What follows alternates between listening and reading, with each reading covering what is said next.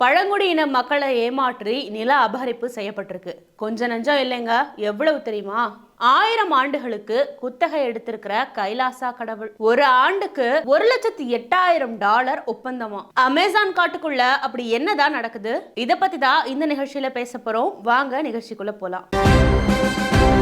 தென் அமெரிக்காவின் பொலிவியாவில் இருக்கிற குடிவரவு அமைச்சகம் கடந்த மார்ச் 25ஆம் தேதி பொலிவியாவில் சட்டவிரோதமாக செயல்பட்ட 20 நபர்களை நாடு கடத்தி இருக்கிறதாக செய்தி வெளியிட்டுச்சு. அந்த 20 நபர்கள் எங்கிருந்து வந்தாங்கன்னு விசாரித்து பார்த்த போது அங்கதான் பிரச்சனையே ஆரம்பிக்குது.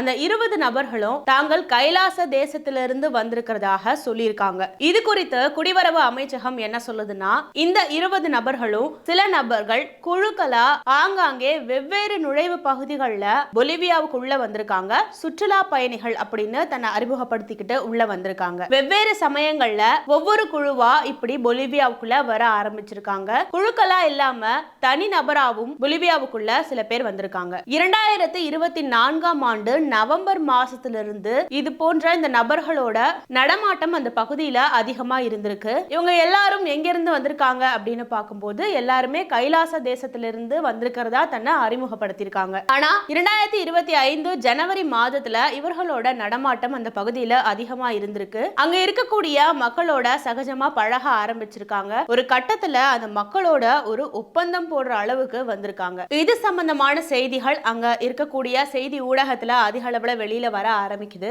அதற்கு பின் அந்த அரசாங்கம் தலையிட்டு இந்த விவகாரத்துல ஒரு தீவிரமான நடவடிக்கை எடுக்கிறாங்க. அந்த 20 நபர்களை சட்டவிரோத செயலில் ஈடுபட்டதாக சொல்லி அந்த 20 நபர்கள் கண்டறியப்பட்டவங்க கைலாச தேசத்து சார்பா அங்க இருக்கக்கூடிய பழங்குடி மக்களோட, அதாவது அமேசான்ல இருக்கிற மழைக்காடுகள்ல இருக்கக்கூடிய 3 பழங்குடி இன மக்கள் கிட்ட பேச ஆரம்பிச்சு அவங்க கிட்ட ஒரு விதமான ஒப்பந்தத்துல கையெழுத்திடுறாங்க. அது என்ன ஒப்பந்தம் அப்படின்னா, 4.8 லட்சம் ஹெக்டர் அளவிலான ஒரு நிலப்பரப்பை 3 இனக்குழுக்கள், பழங்குடி இனக்குழுக்கள் 3 குழுக்கள் கிட்ட இருந்து ஒப்பந்தம் பெற்று கையகப்படுத்துறதுக்காக அந்த நபர்கள் முயற்சிக்கிறாங்க. இந்த ஒப்பந்தம் குறித்த விஷயங்களை கடந்த மார்ச் 16ஆம் தேதி பொலிவியாவின் எல்டபர் அப்படிங்கிற ஒரு செய்தித்தாள்ல ஆய்வறிக்கையா வெளியிடப்படுது. மேலும் அந்த சம்பந்தப்பட்ட நபர்கள் பொலிவியாவிலிருந்து நாடு கடத்தப்பட்டதாக அந்த அரசாங்கம் உத்தரவிட்டிருப்பதாகவும் செய்திகள் வெளியாகுது. தொடர்ந்து இது குறித்து பொலிவியாவின் அமைச்சரான எட்வர்டோ டெல் காஸ்டிலோ என்ன சொல்றாருன்னா, அமேசான் மழைக்காடுகள்ல வசிக்கக்கூடிய 3 பழங்குடியின மக்கள், அதாவது பாயர் பழங்குடி சமூகம், கயூபா பழங்குடி சமூகம் மற்றும் எஸ்ஏஹா பழங்குடி சமூகம், இப்படி 3 பழங்குடியின மக்கள் கிட்ட இந்த நபர்கள் 4.8 லட்சம் ஹெக்டர் அளவிலான நிலப்பரப்பை கையகப்படுத்துறதுக்காக ஒப்பந்தம் போட்டிருக்காங்க. அதுவும் 1000 ஆண்டுகளுக்கு இந்த ஒப்பந்தம் கையெழுத்தாகுது. அந்த ஒப்பந்தத்தின்படி கைலாசா தேசம் இந்த நிலப்பரப்பை, அதுல இருக்கக்கூடிய வளங்களை, அந்த நிலத்தின் மீதான எல்லா உரிமையும் கைலாசா தேசத்திற்கு சொந்தம் அப்படின்றது போல அந்த ஒப்பந்தம் கையெழுத்தாகிருக்கு. மேலும் அந்த பகுதியை ஒரு பிரதேசமா பாவிச்சு அதுல சுயாட்சி நடைபெறுவதற்கான உறுதி எடுக்கப்படும். அந்த ஒப்பந்தத்தின்படி எல்லா உரிமையும், அந்த நிலத்தின் மீதான எல்லா வளங்களும், அதன் மீதான உரிமைகளும் கைலாசா தேசத்திற்கு தான் சொந்தம். இதற்காக கைலாசா தேசம் ஒரு ஆண்டுக்கு $1,08,000 வரை அமெரிக்காவுக்கு கொடுக்குமா. அதாவது இந்திய ரூபாய் மதிப்பின்படி ஒரு ஆண்டுக்கு ரூபாய் 8.96 லட்சம் இந்த ஒப்பந்தத்தின்படி கைலாசம் அமெரிக்காவுக்கு செலுத்துமா. இப்படிப்பட்ட ஒரு ஒப்பந்தம் தான் அங்க இருக்கக்கூடிய பழங்குடியின மக்களை ஏமாற்றி அவங்க கிட்ட பழகி அவங்க கிட்ட கைலாசா சார்பா இந்த நபர்கள் ஒப்பந்தம் போட்டிருப்பதாக குடிவரவு அமைச்சகத்தின் சார்பில் சொல்லப்படுது. ஆனா இந்த விவகாரம் அங்க பூதாகரமாக வெடிக்க பொலிவியா அரசாங்கம் தலையிட்டு இது மேல தீவிரமான நடவடிக்கை எடுக்குது. அதன் தொடர்ச்சியா CIDOB என்று சொல்லப்படும் பொலிவியாவின் பழங்குடி மக்கள் கூட்டமைப்பு மற்றும் பொலிவியாவின் அரசாங்கம், இது இரண்டும் சேர்ந்து இந்த ஒப்பந்தம் செல்லாது, பழங்குடியின மக்கள் உண்மையாக இல்லாத ஒரு கற்பனையான ஒரு தேசத்துல இருக்கக்கூடிய அந்த மக்களோட இப்படிப்பட்ட ஒரு ஒப்பந்தத்தை செய்ய முடியாது. பொலிவியாவில் பழங்குடியின மக்கள் வசிக்கக்கூடிய இவ்வளவு பெரிய நிலப்பரப்பை கற்பனையான ஒரு நாட்டுக்கு எப்படி ஒப்பந்தம் செய்து கொடுக்க முடியும்?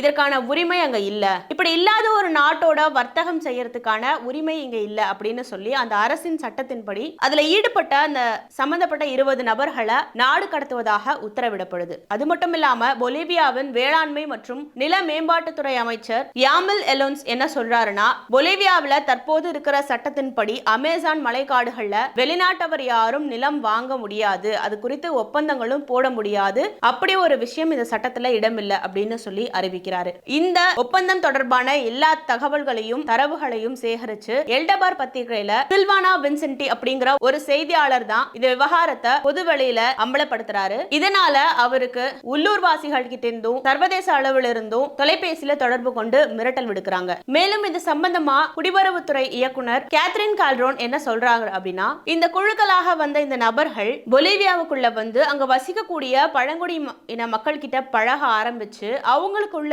இருக்க அந்த ஒற்றுமை நல்லிணக்கத்தை கெடுத்து அவர்களுக்கு இருக்கக்கூடிய உரிமையை மீறுவது அளவுக்கு அவங்களை ஏமாற்றப்பட்டு ஒரு ஒப்பந்தம் இப்படி கையெழுத்திடப்பட்டிருக்கு. இந்த நிலப்பரப்புல இருக்கக்கூடிய வளங்களை சுரண்டுவதற்காக அங்க வசிக்கக்கூடிய பழங்குடி மக்களை ஏமாற்றி கைலாசாவுக்கு தான் 1000 ஆண்டுகளுக்கு இந்த நிலம் சொந்தம் அப்படின்னு குத்தகை எடுக்கிறது போல இந்த ஒப்பந்தம் செய்யப்பட்டிருக்கு அப்படின்னு குற்றம் சாட்டுறாரு. இப்படி வெவ்வேறு பகுதிகளில் இருந்து பொலிவியாவுக்குள்ள நுழைந்த இந்த 20 நபர்கள்ல 3 பேர் எக்ஸால்டேஷன் நகராட்சியில பிடிபட்டிருக்காங்க. மீதமுள்ள 17 பேர் சாண்டா குரூஸ்ல கண்டுபிடிக்கப்பட்டிருக்காங்க. அந்த நபர்கள் பொலிவியாவுக்குள்ள நுழைந்ததற்கான காரணங்கள் கேட்டபோது அவங்க அது குறித்த சரியான ஒரு பதில் சொல்லவே இல்லை. தொடர்ச்சியா தீவிரமா விசாரித்த போது தாங்கள் எல்லாம் கைலாசா தேசத்திலிருந்து வந்திருக்கிறதா ஒத்துட்டு இருக்காங்க. அது மட்டும் இல்லாம அந்த நாட்டுல சட்டவிரோதமா தங்கி இருக்கிறதும் விசாரணை மூலமா தெரிய வருது. உடனே அந்த நாட்டை விட்டு அவங்க எல்லாரும் வெளியேறணும், நாடு கடத்தப்படணும் அப்படின்னு உத்தரவு பிறப்பிக்கிறாங்க.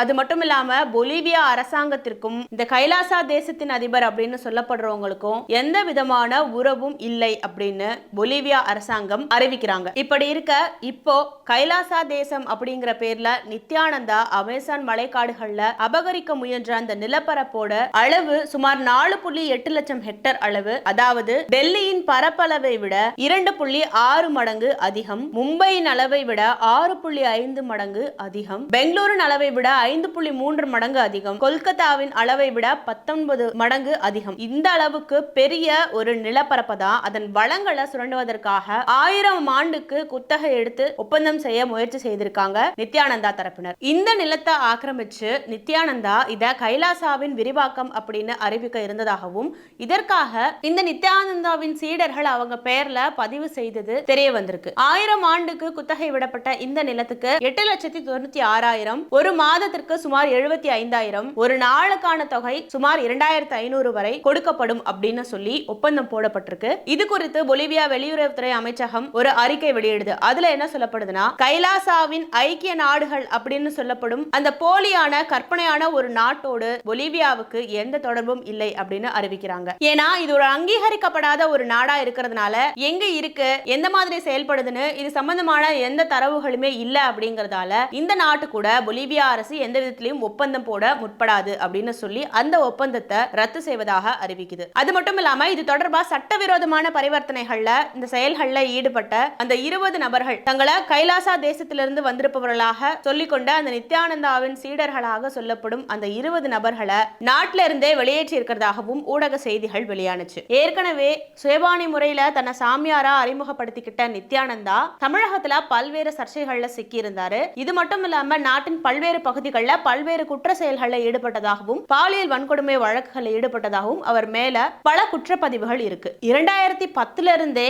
நித்யானந்தா மேல ஏகப்பட்ட வழக்குகள் இருந்திருக்கு. குறிப்பா 2019 ஆண்டுல குஜராத் மாநிலத்துல ஒரு குழந்தை கடத்தப்பட்டதாக இருந்த வழக்குல விசாரணை நடந்துட்டு இருந்த போது அதுல சம்பந்தப்பட்டதாக நித்யானந்தாவை தேடும் போது தலைமறைவாகி இருக்காரு. இதுக்கு இடையில தன்னுடைய பக்தர்களாக வந்த பெண்கள் கிட்ட பாலியல் அத்துமீறல் செய்ததாக சொல்லி அவர் மேல பாலியல் குற்றங்களுக்கான வழக்குகளும் பதிவாகி இருக்கு. இப்படி பல முறைகேடு வழக்குகள்ல சிக்கி தமிழக காவல்துறையாலும் பிற மாநில காவல்துறையாலும் தேடப்பட்டு வந்த நபரான ஒரு நித்யானந்தா இந்த 2019 குஜராத்ல ஒரு குழந்தை கடத்தப்பட்டதுக்காக காவல்துறையினர் விசாரிப்பதற்காக அவர் தேடும் போது தலைமறைவாகினாரு. தலைமறைவாகி சில நாட்களுக்குள்ளேயே கைலாசா தேசம் அப்படிங்கிற ஒரு இடத்தை தன்னை உருவாக்கினதாகவும் இத ஒரு தனி நாடா பிரகடனப்படுத்தி இதுல நித்யானந்தாவின் சீடர்களுக்காக மட்டுமே இது பிரதானமாக இருக்கும் அப்படின்னு சொல்லி ஊடகங்கள்ல தெரிவிச்சிருந்தாரு. இவர் எங்க இருக்காரு, எந்த இடத்துல அந்த கைலாசா இருக்கு, இப்படி எந்த ஒரு தகவலுமே தெரியாம தான் இருந்தது. இருந்தாலும் ஈக்குவடார் கடற்கரையில ஒரு தீவுல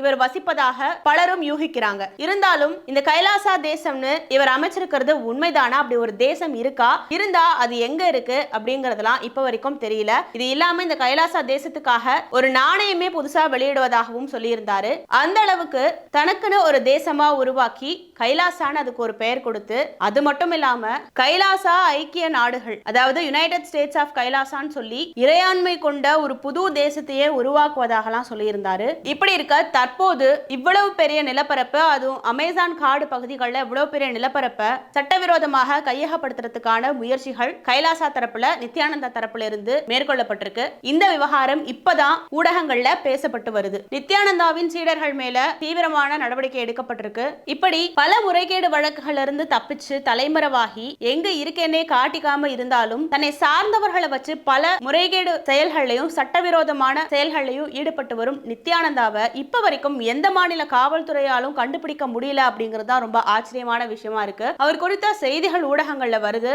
அவருடைய பக்தர்கள்னு சொல்லி வர நபர்கள்லாம் காவல்துறையால பிடிக்கப்படுறாங்க. ஆனா நித்யானந்தாவை மட்டும் இன்னும் எந்த காவல்துறையாலும் கண்டுபிடிக்க முடியாத காரணம் என்ன, கைது செய்ய முடியாத காரணம் என்ன அப்படிங்கிறது சந்தேகமாவே இருக்கு. தொழில்நுட்பம் வளர்ந்த இந்த காலத்திலையும் இப்படி ஒரு குறிப்பிட்ட நபரை, ஒரு தேசமே என் கையில இருக்கு அப்படின்னு சொல்லிட்டு இருக்கிற ஒரு நபரை, அந்த நிலப்பரப்பை கண்டுபிடிக்க முடியல அப்படிங்கிறது தான் இப்ப வரைக்கும் கேள்வியாவே இருக்கு. இருந்தாலும் நித்யானந்தா செய்யக்கூடிய அந்த சில முறைகேடுகள் மட்டும் வெளியில வருது. நித்யானந்தா இன்னும் வெளியில வரமாட்டேங்கிறாரு. அதற்கான முயற்சிகளும் எந்த அரசாங்கமும் எடுக்கிறது இல்ல அப்படிங்கிறது தான் உண்மை. மேலும் இவர் மீதான இந்த குற்றச்சாட்டுகளுக்கெல்லாம் இவருக்காக தண்டனை அளிக்கப்படுமா அப்படிங்கிறதும் சந்தேகமாகத்தான் இருக்கு. நித்யானந்தாவின் அடுத்த கட்ட நடவடிக்கை என்ன, நித்யானந்தா மீது ஒவ்வொரு அரசாங்கத்தின் அடுத்த கட்ட நடவடிக்கை என்ன அப்படிங்கிறதையும் பொறுத்திருந்துதான் பார்க்கணும்.